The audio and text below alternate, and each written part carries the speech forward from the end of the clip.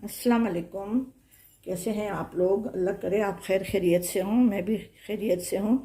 आज मैं आलू पराठे बना रही हूँ।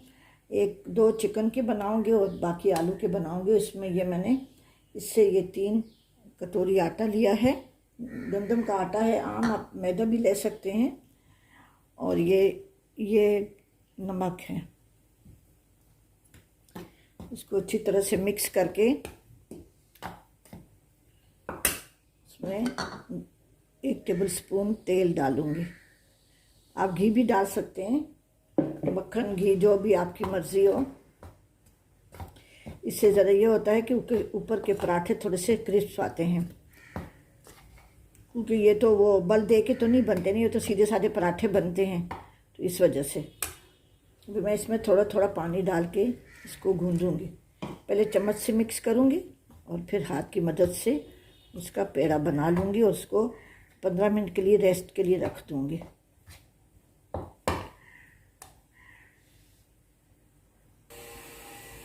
अब इसको मैंने अच्छी तरह से मिक्स करके और थोड़ा थोड़ा पानी डाल के इसको मैंने अच्छी तरह से गूँध लिया। इसको मैंने तरह सख्त रखा है, इसलिए कि नरम आटे से पराठे पकने लगते हैं। और इसलिए इसमें मैंने तेल डाला है, तो इससे पराठे बहुत ही अच्छे क्रिस्प और फ्लफ़ी आएंगे। इसमें मैं थोड़ा सा तेल हाथ पे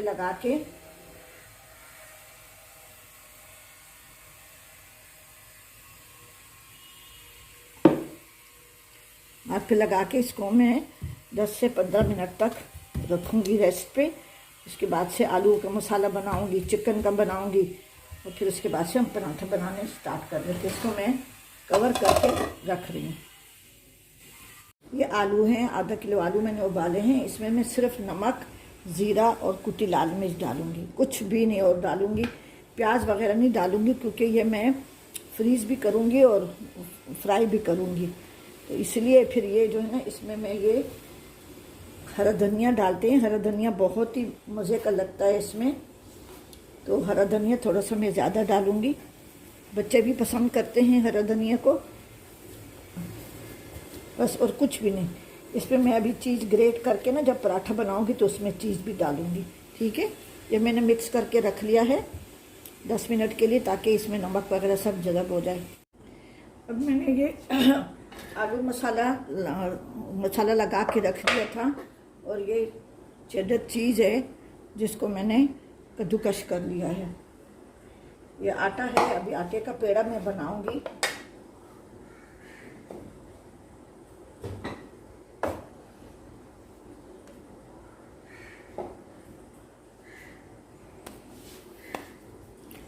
इसका ऐसा है कि ये देखिए, मैं इसका पेड़ा बना रही हूँ। इसमें ऑलरेडी घी पड़ा हुआ है, तेल या घी जो भी डालें, मक्खन डालें। इसको मैं इस तरह से पेड़े बना के रख लूँगी। ये देखिए, ये एक पेड़े को मैं 3 तरह के पराठे बना रही हूँ। एक में चिकन डाल रही हूँ और 2 में आलू और चीज़। थोड़े से आलू में चिकन में भी डालूँगी। देखिए, इसको इस तरह से, इसको अच्छे तरह से इसके किनारे पतले कर दीजिएगा। देखिए, इससे तो होता है कि पराठा नीचे से मोटा नहीं आता। अभी देखिए, इसमें मैं ये आलू डाल रही हूँ उबले हुए, जिसमें मैंने मसाला डाला है। सिर्फ हरा धनिया, कुटा ज़ीरा, नमक डाला है मैंने। हम प्याज वगैरह नहीं डालते, क्योंकि हमारे यहाँ सुबह नाश्ते के साथ खाए जाते हैं, तो इसलिए हम लोग जो इसमें ना वो प्याज वगैरह कुछ नहीं डालते। वैसे हर किसी की अपनी मर्ज़ी है, कोई जिस तरह से भी डाले। अब इसको यूँ करके देखें, यूँ इकट्ठा करके ना इस तरह से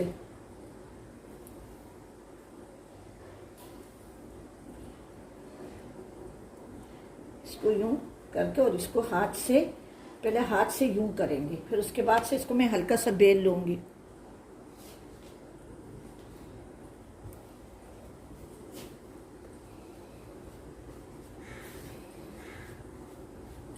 इसको हल्के हाथ से बेलेंगे।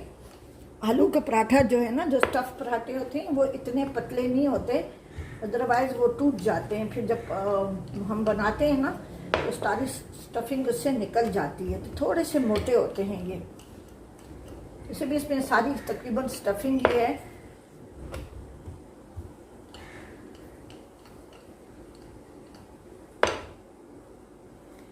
देखें ऐसे बन गई है। अगर आपको किनारे थोड़े से मोटे लग रहे हैं तो उसको हाथों से इस तरह से दबा दें। अगर आप बेलन से ज़ोर लगाएंगे तो ये फिर इधर से फिर सब स्टफिंग निकल जाती है। ये देखें मैंने पहले इसे एक पराठा बना के रखा है। अब इसके ऊपर मैं ये रख दूँगी। अब ये जब फ्रीज हो जाएं तो आप उनको थैलियों में डाल के और रख दें। जब पकाएंगे तो आग को ज़्यादा तेज़ नहीं करो, ना नीचे घी डालें। ये देखिए मैं 2 पराठे ऐसे बना रही हूँ, इसको मैं फ्रीज़ करूँगी। अब ये दूसरा पराठा जो है ना मैं ऐसा बेलूँगी। मैंने बेल लिया उसको और इसमें हम लोग इस तरफ से ना सब ये आलू की स्टफिंग है या आप इसमें चिकन भी मैं थोड़ा सा डालूँगी। मैंने पका के मेरा बचा हुआ था तो मैंने उसको कर लिया है।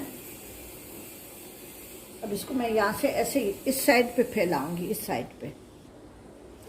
इसके ऊपर मैंने अभी चिकन डाला है। ये मेरे पास चिकन था तो उसको वो रोस्ट बचा हुआ था तो उसको मैंने सुबह गर्म करके उसको रेशा कर लिया है। जैसे बाज़ार से लोग लाते, मैंने घर में बनाया था। तो पहले आलू डाले, फिर उसके बाद से मैंने वो चिकन डाला, फिर उसके बाद से मैंने अभी ये चीज़ डाल रही हूँ। तो इसको ज़रा फैलाते हैं और यहाँ किनारों पे सारा पानी लगा देंगे।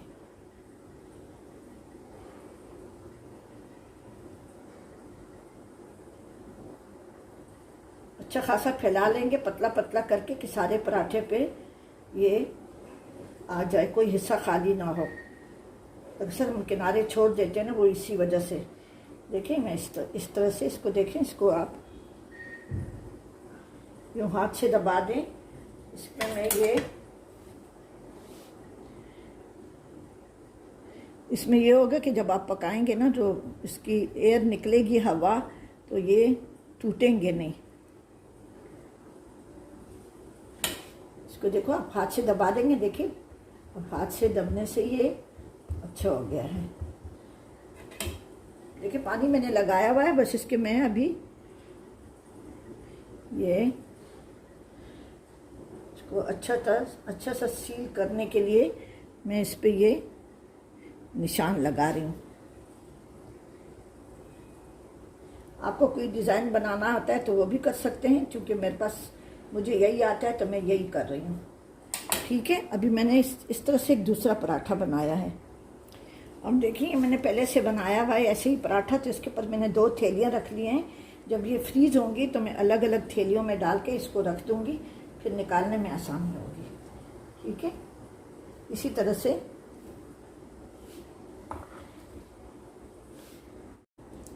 अब ये आखिरी पराठा है जो मैं बना रही हूँ। बाकी मैं इस तरह से बना के फ्रीज करूँगी।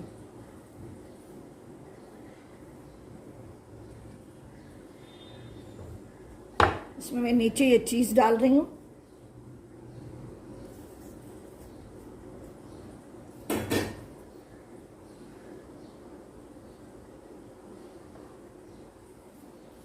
मैं इसके ऊपर आलू स्प्रेड कर रही हूँ।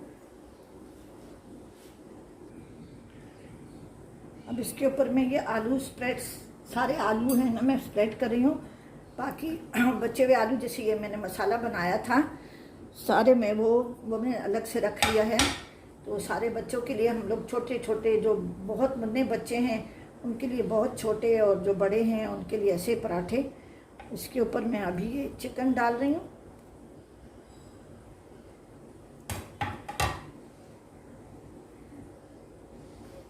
थोड़ा सा ये हैवी होगा, ये अभी स्कूल से बच्चे आएंगे तो मैं फिर बना लूँगी।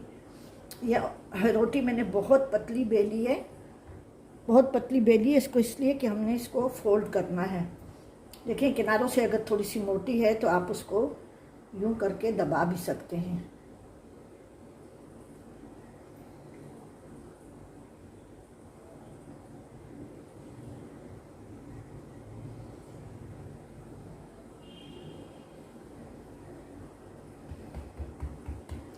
अगेन इस पर मैं निशान लगाती हूँ।